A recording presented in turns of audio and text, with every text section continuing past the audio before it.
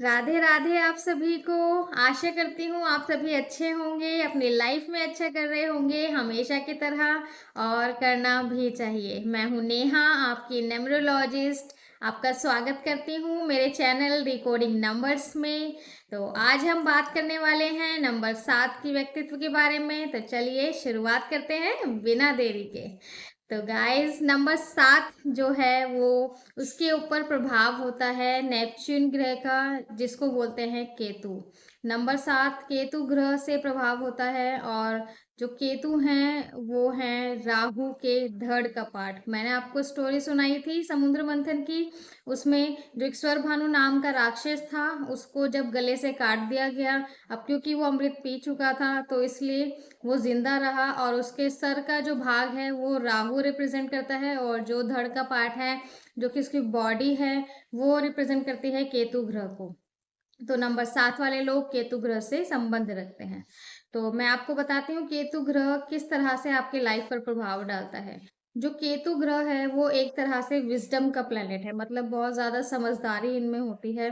आप नॉलेज और विजडम में काफी फर्क होता है। नॉलेज आपको किताबों से, स्कूल कॉलेज से मिल जाती है, लेकिन विजडम आपको जिंदगी से मिलते हैं। मतलब समझ आपको आपकी लाइफ में जो चीजें होती हैं, धीरे धीरे आपकी लाइफ में आपकी विजडम आती है, समझ आती है ना।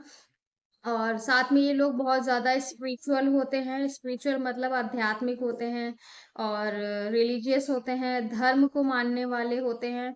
आप इनको हमेशा देखेंगे मंदिर में, गुरुद्वारे में, मस्जिद में, है ना, चर्च में। आप इनको हर ऐसी जगह पर देखेंगे जहाँ से धर्म से रिलेटेड होता है जो भी। तो इनको बहुत ज्यादा पसंद होता है ऐसा स्थान। इनको एनर्जाइज फील होता है, इनको शांति मिलती है ऐसे प्लेस पर जाकर। और साथ में ये लोग होते हैं बहुत ज्यादा, आप कह सकते हैं कि किसी की भी बात को मानने वाले। क्यों? क्योंकि अब मैंने आपको बताया राहु के पास तो पांचों सेंसेस है। अब उसके सर के ऊपर के नाक, कान, आंख, है ना, सभी तरह के उनके सेंसेस है। लेकिन जो बॉडी है उसके पास आंख भी नहीं है, उसके पास दिमाग भी नहीं है ना, तो उसके पास कान भी नहीं है।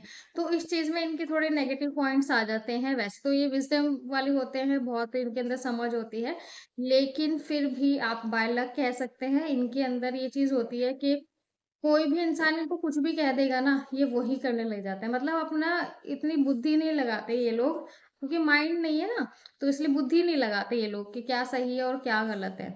जो भी किसी ने भी बोला उसको मान लेते हैं इजीली। और इसी वजह से इनको काफी ज्यादा लॉस भी होता है, क्योंकि जब आप अपनी बुद्धि से नहीं चलेंगे, अपनी समझ से नहीं चलेंगे, तो आपको लाइफ में स्ट्रगल तो होगा ही, है ना। और साथ ही साथ ये लोग ऐसे होते हैं कि इनको रिसर्च करना बहुत पसंद है ना। और डीपली रिसर्च करना पसंद है। किसी भी, कोई भी इनको आप टॉपिक दे दीजिए, उसमें ये पूरी तह तक चले जाएंगे उसके रिसर्च करने में। और एक तरह से आप इनको बोल सकते हैं इंट्रीगेट प्रॉब्लम सॉल्वर। मतलब इतनी, अगर कोई बहुत ज्यादा, मतलब बड़ी कोई प्रॉब्लम है जिसे कोई नहीं सुलझा पा रहा, उसे ये लोग सुलझा देते हैं। तो they are the integrate problem solver. But number 7 है तो इनकी लाइफ में डिसअपॉइंटमेंट्स भी बहुत ज़्यादा होती है। हेल्थ वाइज ले लीजिए, मनी वाइज ले लीजिए, फैमिली वाइज ले लीजिए, बहुत ज़्यादा डिसअपॉइंटमेंट्स इनके लाइफ में होती है because of rule by number 7। और इनके लाइफ में सेटबैक्स भी बहुत ज़्यादा आते हैं। तो इनको, वैसे तो ये समझदार होते हैं नो डाउट, और आप कह सकते हैं चीज़ों को संभाल लेते हैं, बट लाइफ में सेटबैक्स और डिसअपॉइंटमेंट का होना ही एक तरह से लाइफ में स्ट्रगल को बढ़ाना होता है। क्योंकि अगर आपको डिसअपॉइंटमेंट हुई लव में, तो आपकी लाइफ में प्रॉब्लम। अगर आपको डिसअपॉइंटमेंट हुई हेल्थ वाइज, तो आपकी प्रॉब्लम, है ना। तो इसलिए इनकी लाइफ में प्रॉब्लम्स थोड़ी ज्यादा होती हैं।